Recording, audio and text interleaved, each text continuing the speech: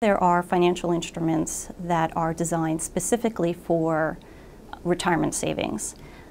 These include defined benefit pensions and 401k plans that are offered through employers, as well as individual retirement accounts, or IRAs, which are available to anyone. 401ks have become much more common over the past 20 years as employers move away from offering defined benefit pensions to offering workers defined contribution plans, which include 401ks. And because employees tend to roll over their 401k balances into IRAs when they leave their jobs, IRAs are becoming much more common as well. 401ks and IRAs are similar with regard to some of the tax rules. For example, contributions to these retirement accounts are usually deductible from federal income taxes, and the investment returns are usually exempt from taxable income until the money is withdrawn at retirement. 401ks and IRAs, people who withdraw from them before age 59 and a half pay a 10% tax penalty in addition to the regular taxes on the amount withdrawn, except under some special circumstances. There are also Roth IRAs, which are different from traditional IRAs, and they're actually becoming more common as well. And with Roth IRAs, contributions are not tax deductible, but the withdrawals are, and the investment returns are not taxable if the account has been open for at least 5 years and the owner is at least 59 and a half years.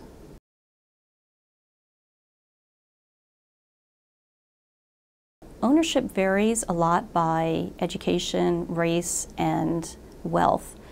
For example, people with college degrees, non-Hispanic whites, and wealthier people are much more likely to own IRAs or 401ks than others, and their balances in those retirement accounts tend to be significantly higher than they do for other people. Now, when we look at withdrawals from IRAs or 401ks, the pattern is very different in that people without college degrees, non-Hispanic blacks and Hispanics, and people with little or no other wealth are much more likely, as you might expect, much more likely to withdraw from these accounts. So they tend to have lower account balances, and they are much more likely to tap into those savings.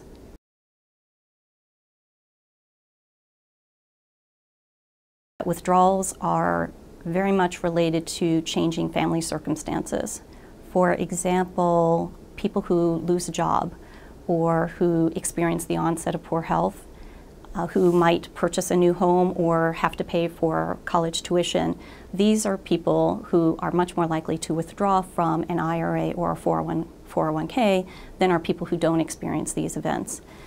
We also found that when we aggregated the total amount of dollars withdrawn from 401ks and IRAs in the United States between 2004 and 2005, that we calculated that 12% of those total dollars was associated with job losses.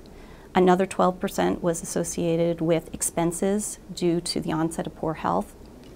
About 8% was due to purchases of new homes, and another 5% for college expenses. So these are legitimate and compelling reasons why people might need to tap into their retirement savings. That is, we didn't find that lots of people were buying, paying for luxury vacations or buying, high-priced gadgets.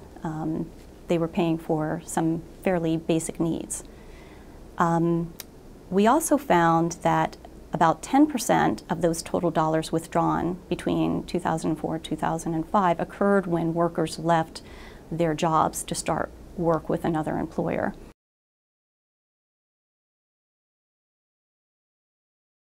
The government started requiring employers to automatically roll over 401k balances that are greater than $1,000, to roll over those balances when employees leave the job, unless the employee specifically requested a lump sum payment. More recently, President Obama has proposed that employers who don't currently offer pension plans to their workers, that these employers automatically enroll their workers in IRAs. Employers would deduct 3% of their workers' pay and deposit that money into their IRAs. And workers could choose not to participate if they didn't want to, but they could also, if they wanted to participate, they could also change the contribution amount.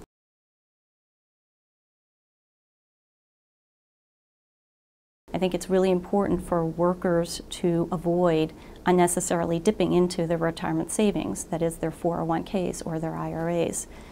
Having said that, we know that there are certain circumstances in which the reasons that they do dip into those savings are legitimate. I think that policymakers need to keep that in mind and think about integrated savings policies that take into account and encourage people to save for their needs during retirement, but also to save for needs that arise, and many times unexpectedly, needs that arise before retirement.